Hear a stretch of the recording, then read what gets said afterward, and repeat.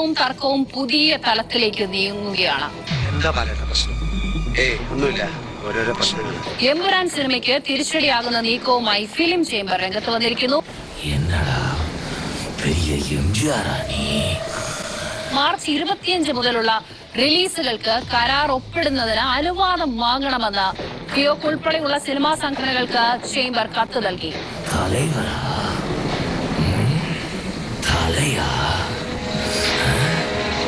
March 27-ന് എമ്പുരാന്റെ release പ്രഖ്യാപിച്ചിരിക്കുകയാണ് നടപടി. 27-ന് സൂചനാ പണിമുടക്ക് നടത്താനാണ് നീക്കം.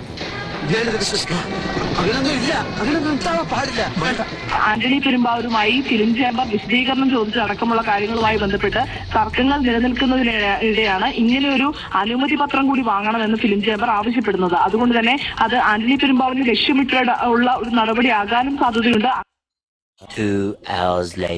മോഹൻലാലിന്റെ എമ്പുരാന് തിരിച്ചടിയാകുന്ന നീക്കങ്ങൾക്ക് സംഘടനകൾ തുടക്കമിട്ടതോടെ തർക്കങ്ങൾ പുതിയ തലത്തിലേക്ക്.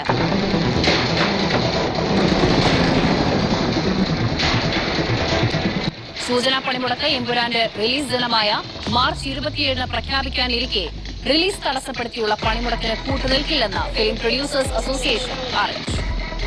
സിനിമ റിലീസ് അത് കഴിഞ്ഞ് തന്നെ ശരിക്കും ഞാനൊന്ന് കാണുന്നത് എല്ലാ കണക്കുകളാണ്.